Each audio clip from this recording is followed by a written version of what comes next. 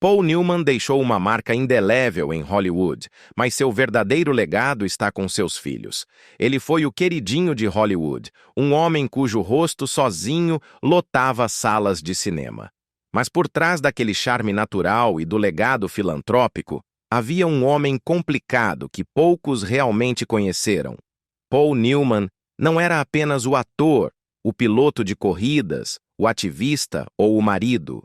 Ele também foi um pai atormentado, um homem em guerra consigo mesmo, e, segundo os que estavam mais próximos dele, alguém que pode ter sido traído após a morte.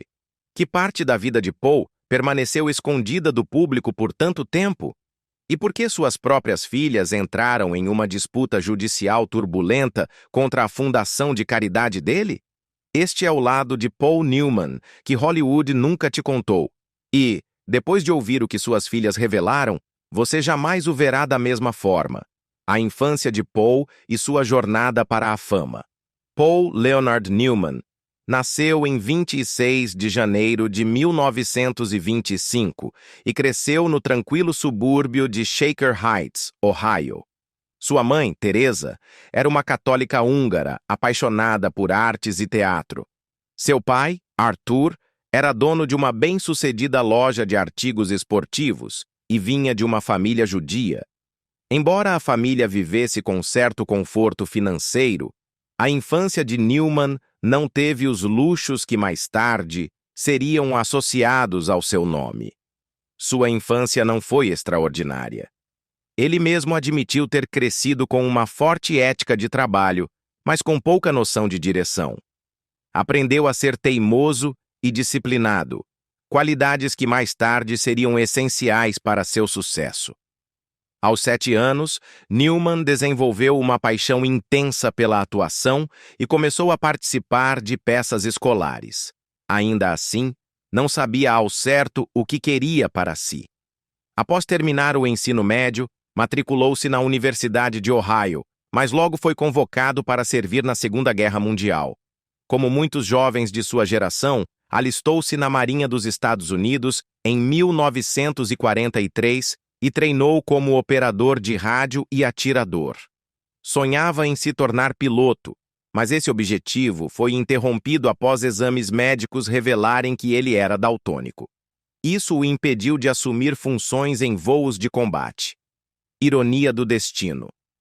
Essa limitação pode ter salvado sua vida, já que o avião no qual ele estava escalado foi reassinado de última hora por causa de sua condição. A aeronave foi abatida depois, sem sobreviventes. Newman carregaria silenciosamente essa fuga por toda a vida. Embora nunca tenha visto combate direto, serviu com honra no Pacífico, operando bombardeiros torpedeiros e apoiando missões navais. Quando a guerra terminou, voltou à vida civil com um senso de propósito renovado. Voltou a estudar, primeiro no Kenyon College, em Ohio, depois na Escola de Drama de Yale. Mais tarde, ingressou no Actors Studio, em Nova York, uma decisão que mudaria completamente sua trajetória profissional. Naquela época, o método de atuação estava começando a revolucionar o teatro e o cinema nos Estados Unidos, e Newman estava determinado a deixar sua marca. Mas o caminho para o estrelato não foi fácil. Seus primeiros anos em Hollywood foram marcados por papéis estereotipados e poucas oportunidades. Os diretores de elenco não sabiam bem o que fazer com ele. Seus olhos azuis e beleza marcante o levaram a papéis superficiais. Sua aparência chamava a atenção, mas também o limitava. Às vezes, era visto como um substituto de James Dean ou Marlon Brando. Isso o frustrava, porque sabia que tinha mais a oferecer do que apenas interpretar homens bonitos e intensos.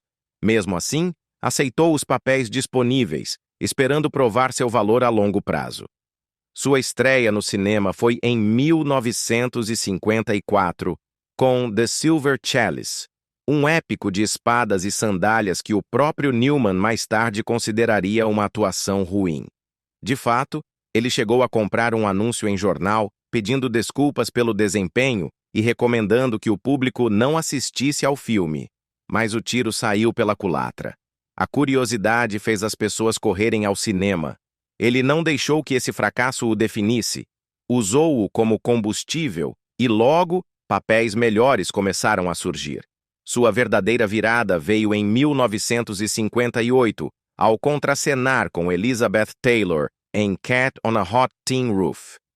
O filme foi um sucesso, e sua atuação como Brick, um ex-atleta conflituoso e perturbado, revelou uma profundidade e vulnerabilidade que os críticos não esperavam. Foi indicado ao Oscar e, de repente, Newman deixou de ser apenas um rosto bonito. Virou um sério candidato. Os sucessos continuaram, e a cada novo filme, o mundo via mais da capacidade de Newman de se conectar com o público. Ele conseguia interpretar personagens falhos, rebeldes ou moralmente ambíguos sem perder a empatia da audiência. Essa qualidade rara o destacou em uma indústria cheia de atores que só queriam interpretar heróis. Newman tinha a capacidade de fazer você torcer pelo azarão, mesmo quando esse azarão estava profundamente em conflito. Mas o legado de Paul Newman não foi construído apenas nas telas.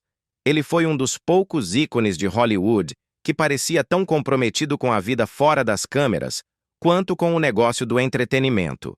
Em 1982, ele fundou a Newman's Own, uma empresa de alimentos que começou com receitas de molho para salada que ele mesmo havia criado em casa. O projeto começou pequeno, sem grandes ambições, mas logo cresceu e se tornou uma marca multimilionária. E desde o início, Newman fez uma promessa radical: doar cada centavo do lucro para a caridade. Ao longo das décadas, a Newman's Own doou milhões de dólares para causas como acampamentos infantis, pesquisas médicas, programas educacionais e socorro em desastres. Newman insistia na transparência e em manter os custos administrativos no mínimo. Nunca recebeu salário, e a marca se tornou um modelo de como a influência de celebridades poderia ser usada para o bem público, sem os tradicionais holofotes egocêntricos. Mesmo com toda a fama e fortuna, Newman era conhecido por levar uma vida relativamente discreta. Preferia a tranquilidade e a privacidade ao glamour de Hollywood. Não era adepto dos excessos que destruíam muitos de seus colegas. Em vez disso, focava em projetos que tinham significado pessoal, como corrida de carros, direção de filmes ou criação de instituições filantrópicas do zero. O impacto de Paul no cinema, na filantropia e na vida pública fez dele mais do que apenas outro astro de cinema. Para muitos, ele foi um modelo de como lidar com a fama com integridade. E mesmo décadas depois do auge de sua carreira, Newman continuava relevante, não apenas pelos filmes que fez, mas pelas causas que defendeu e pela vida que escolheu levar longe dos holofotes. Ainda assim, apesar da admiração pública, havia aspectos da vida pessoal de Paul Newman que permaneceram envoltos em silêncio. Seus relacionamentos íntimos, especialmente seu casamento, foram alvo de muita especulação ao longo dos anos. Rumores iam e vinham, mas Newman nunca os alimentou. Ele acreditava que certas coisas deveriam permanecer privadas e, sempre que possível, protegia sua família da exposição pública. Por isso, a maioria das pessoas nunca compreendeu plenamente sua experiência com o amor, a lealdade e um relacionamento que até hoje continua gerando discussões. A vida amorosa e os casamentos de Paul. Visto de fora, o romance de Paul Newman parecia o conto de fadas perfeito de Hollywood, cheio de charme, classe e profunda devoção. Mas nos bastidores havia camadas de complexidade, mágoas silenciosas e lutas privadas. Pouca gente sabe que, antes de Joanne Woodward se tornar o grande amor de sua vida, Paul Newman já havia sido casado com outra mulher. O nome dela era Jacqueline Witt, e ela conheceu Paul quando ainda era estudante universitária. Eles se casaram em 1949. Eram jovens e inexperientes, mas muito determinados a fazer o casamento funcionar. Tiveram 3 filhos, Scott, Susan e Stephanie. De muitas formas, foi um casamento de circunstância, impulsionado pela urgência da guerra, pela necessidade de estabilidade e por um senso compartilhado de dever, mais do que por paixão. Newman ainda estava tentando se estabelecer como ator, e Jacqueline segurava as pontas em casa enquanto ele corria atrás de papéis e enfrentava dificuldades financeiras. Mas à medida que a carreira de Paul começou a decolar, as rachaduras no casamento ficaram visíveis. As exigências de Hollywood, sua mudança de identidade e uma nova atração inegável nos bastidores de uma peça da Broadway mudaram tudo. Quando Paul Newman conheceu Joanne Woodward, algo mudou. Eles tiveram uma conexão instantânea que não desapareceu depois de um filme. Não era apenas admiração. Era uma ligação profunda que nenhum dos dois conseguia negar. Atuaram juntos em Picnic, na Broadway. Embora o relacionamento não tenha começado imediatamente, o vínculo se formou rapidamente. Depois que Newman se divorciou de Jacqueline em 1958, ele se casou com Joanne no mesmo ano. A mídia os pintou como o casal dourado de Hollywood. Afinal, eram talentosos, elegantes e profundamente apaixonados. Durante muitos anos, essa imagem se manteve. Joanne não era apenas sua esposa, era sua musa e maior defensora. O casal teve 3 filhas, Eleanor, Melissa e Claire. Viviam parte do tempo em Connecticut, longe do brilho de Hollywood, e pareciam ter construído intencionalmente uma vida voltada à família, à arte e ao respeito mútuo. Ainda assim, como qualquer casamento real, especialmente um sob os olhos incessantes da fama, o relacionamento teve seus desafios. Certa vez, perguntaram a Paul Newman por que ele nunca traiu Joanne, mesmo rodeado por mulheres lindas em Hollywood. Sua resposta virou uma frase lendária. Por que sair para comer um hambúrguer se você tem um filé em casa? A frase era para ser um elogio, mas, segundo relatos, Joanne Woodward odiava. Para ela, reduzia um relacionamento profundo, complicado e cheio de alma a uma comparação carnívora. Ela chegou a dizer: "Toda vez que ouço essa frase, dá vontade de explodir." Ainda assim, a citação os acompanhou por anos, frequentemente usada como símbolo de sua lealdade. Mas as coisas nem sempre foram tão suaves quanto a mídia fazia parecer. No início dos anos 60, surgiram boatos de que Newman teria tido um caso com a jornalista de Hollywood Nancy Bacon. Diziam que não foi apenas uma indiscrição de uma noite, mas sim um relacionamento emocional e físico que durou 18 meses. Nem Paul, nem Joanne comentaram os rumores publicamente. Mantiveram-se completamente em silêncio, e esse silêncio apenas alimentou ainda mais as especulações. Mas o que mais importou foi, provavelmente, como Joanne reagiu a tudo isso. Segundo relatos, o casal viajou para a Inglaterra, o local de sua lua de mel, tentando escapar dos olhares intensos de Hollywood e dos rumores incessantes. Mas apesar da imagem perfeita que projetavam, muita gente não via o lento desmoronamento que acontecia nos bastidores. Paul Newman era carismático, brilhante e generoso, mas também enfrentava lutas internas intensas que afetaram profundamente não apenas a ele, mas também a sua família. As batalhas pessoais de Paul. É fácil olhar para a vida de Paul Newman e ver apenas as vitórias, o Oscar, o casamento duradouro, a filantropia de sucesso. Mas o que o mundo via era muitas vezes apenas a superfície polida. Por baixo disso, Newman lutava com sombras que raramente chegavam à mídia e travava batalhas internas que a fama não era capaz de curar. Esse era o lado de Paul Newman que pouquíssimos presenciaram, o lado que ele mantinha escondido, até mesmo das pessoas mais próximas. Uma das lutas mais duradouras de Newman foi tentar equilibrar sua carreira com a vida familiar, uma tarefa quase impossível. A fama pode ser difícil de lidar, e Newman foi um dos maiores nomes dos anos 60 e 70. Mas cada filme exigia longas gravações, noites sem fim, atenção da mídia e viagens constantes. E quem esperava em casa era Joanne Woodward e seus filhos. Newman era um pai muito dedicado, quando estava presente.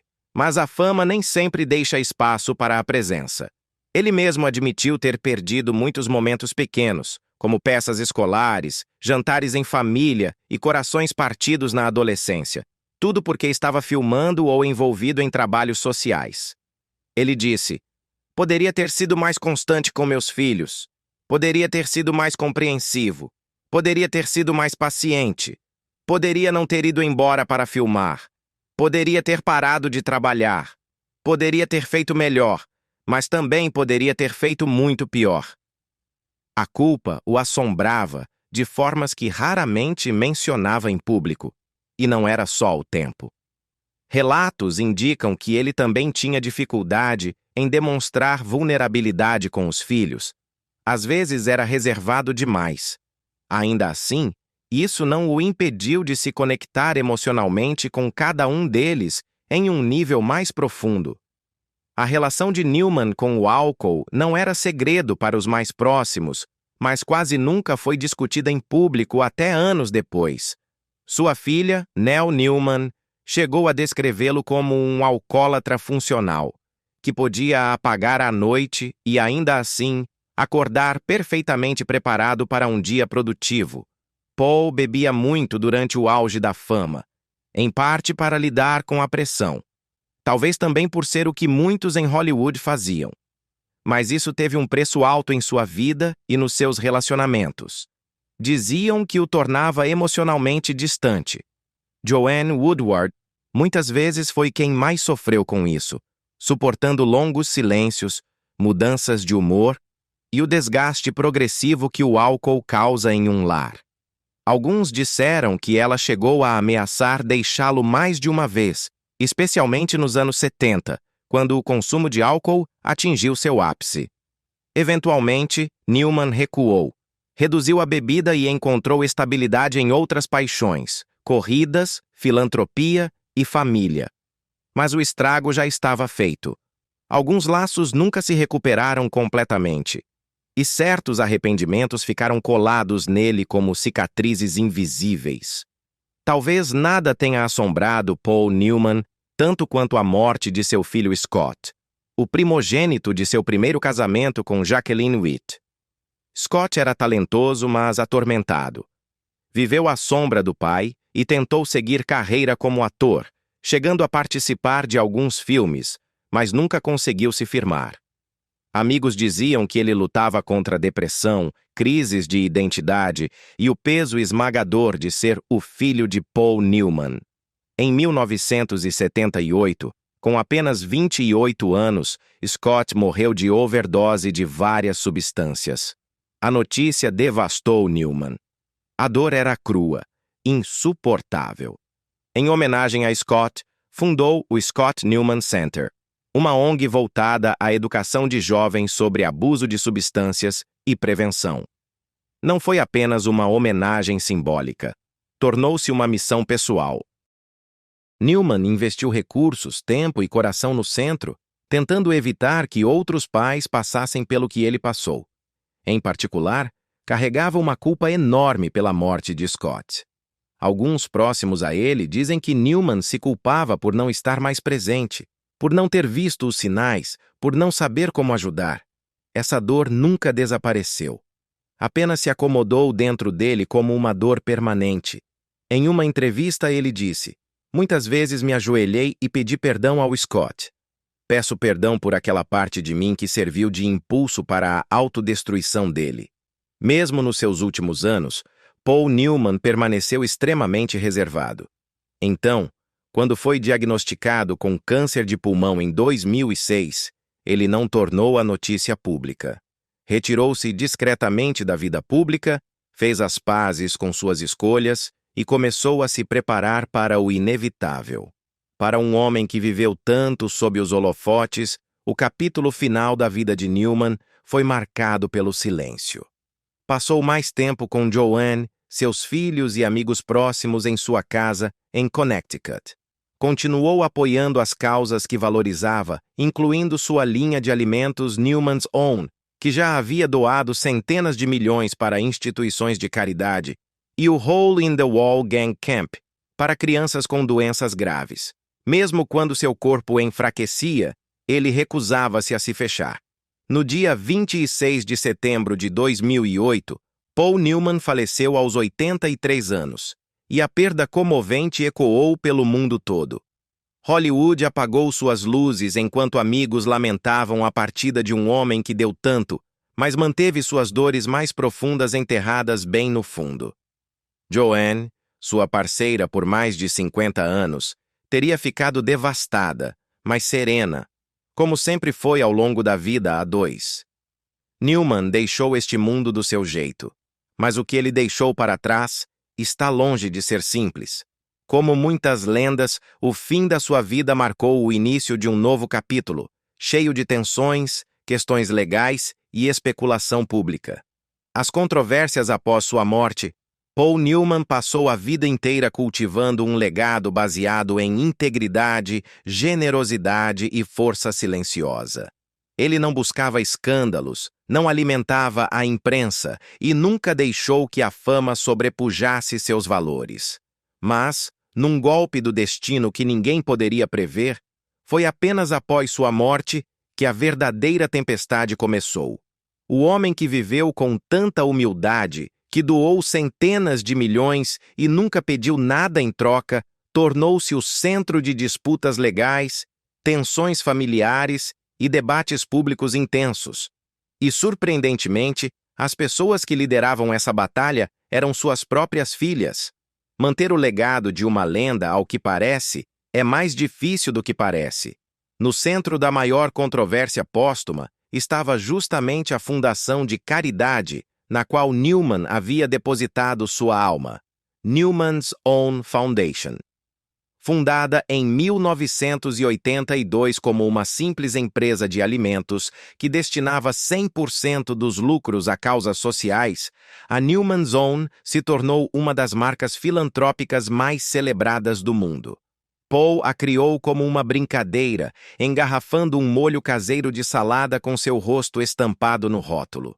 Mas o impacto foi tudo, menos uma piada. Quando morreu em 2008, a fundação já havia doado milhões de dólares para causas globais. Mas em 2022, tudo mudou quando as filhas de Newman, Susan e Nell, moveram um processo contra a fundação, alegando que a organização havia se desviado da visão original de seu pai.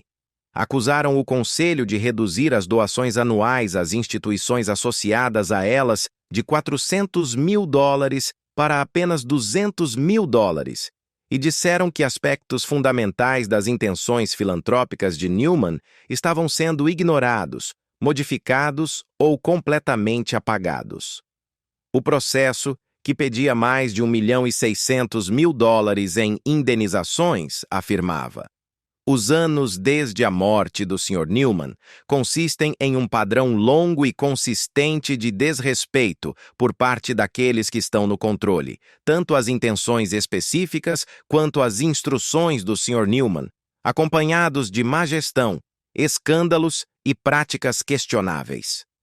Nell e Susan sustentavam que seu pai havia deixado instruções explícitas para continuar apoiando causas que valorizava, incluindo dar voz às suas filhas na direção dos fundos. A fundação, por sua vez, respondeu com firmeza. Seus advogados argumentaram que Paul Newman havia deixado claro que não queria que a fundação fosse administrada pela família. Afirmaram que o testamento deixava a autoridade final com o conselho de diretores, não com os filhos, e que o processo deturpava tanto os desejos legais quanto os filantrópicos de Newman.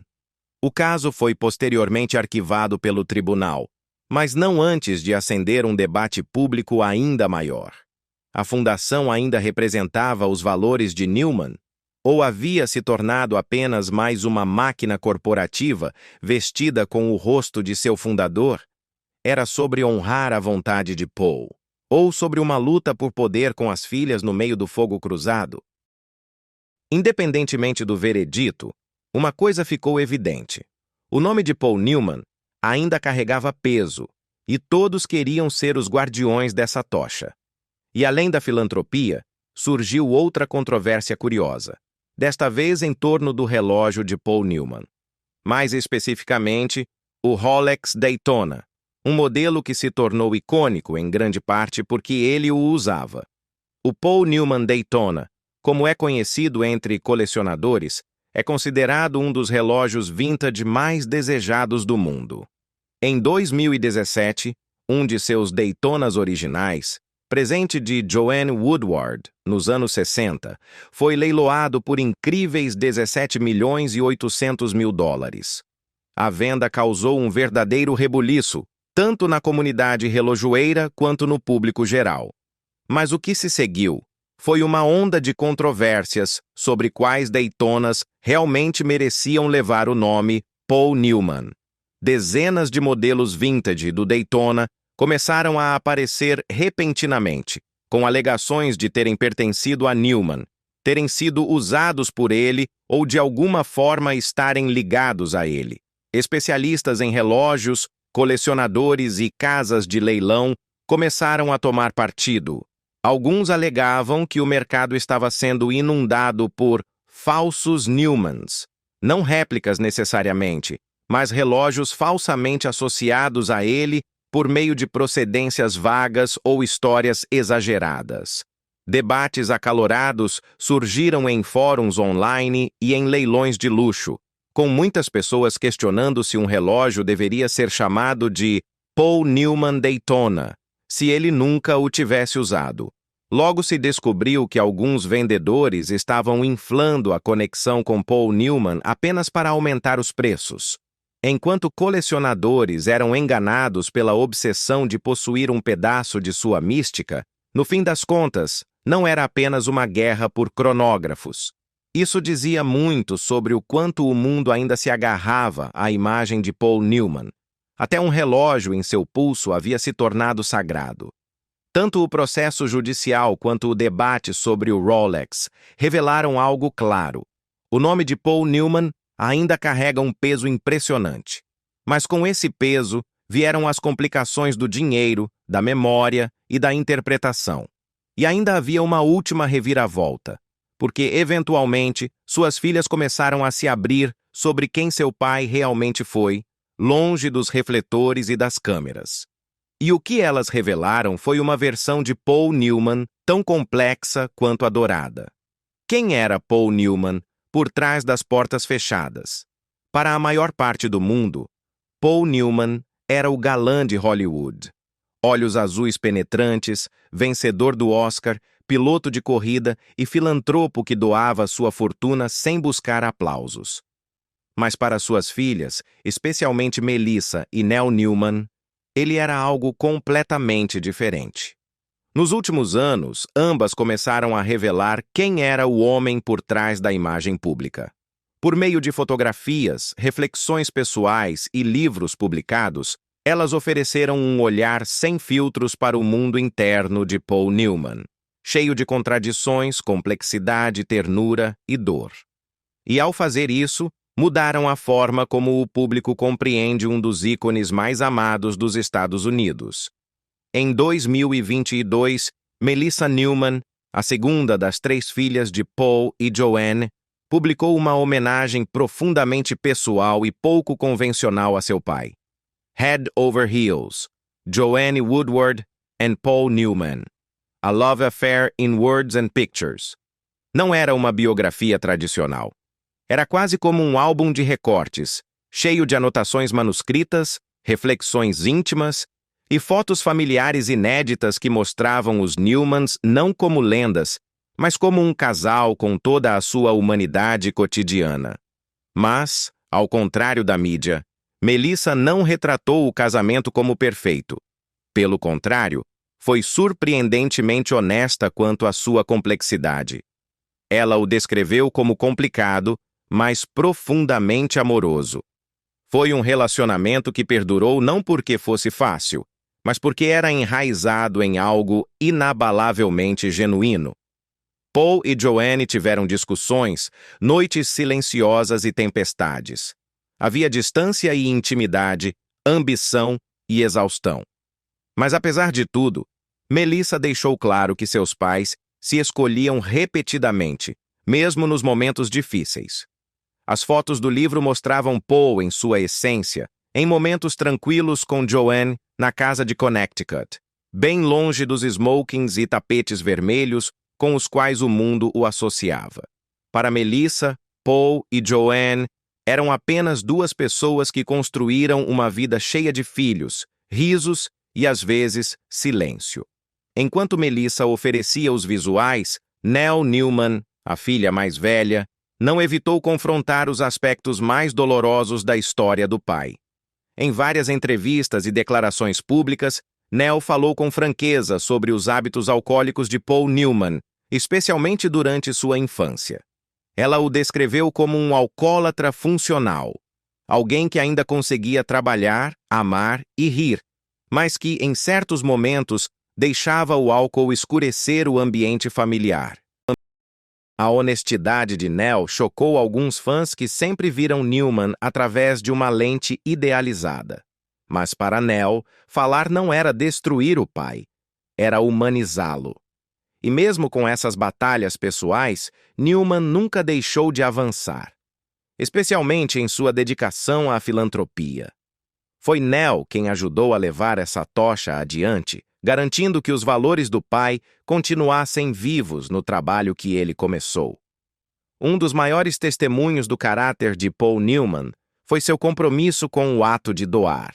E isso está claramente visível na Serious Fun Children's Network, organização que ele fundou em 1988.